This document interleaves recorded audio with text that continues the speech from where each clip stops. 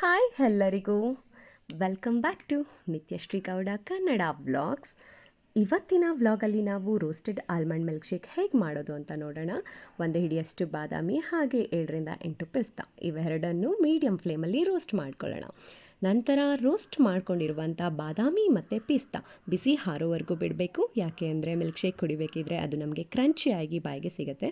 ಅದರ ಒಂದು ಟೇಸ್ಟ್ ತುಂಬ ಚೆನ್ನಾಗಿರುತ್ತೆ.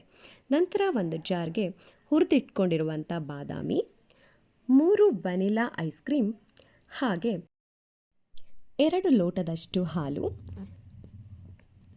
3 ಟೇಬಲ್ ಸ್ಪೂನಷ್ಟು ಸಕ್ಕರೆ, 1 ಚಿಟಿಕೆ ಉಪ್ಪು ಹಾಕಿ ಮಿಕ್ಸಿ ಮಾಡ್ಕೋಬೇಕು. ಇವಾಗ ಮಿಲ್ಕ್ ಶೇಕ್ ರೆಡಿ ಆಗಿದೆ.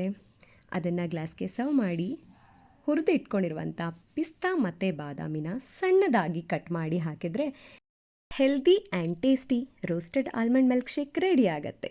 ತುಂಬ ಚೆನ್ನಾಗಿರುತ್ತೆ. ನೀವು ಒಂದು ಸಾರಿ ಟ್ರೈ ಮಾಡಿ. Thank you.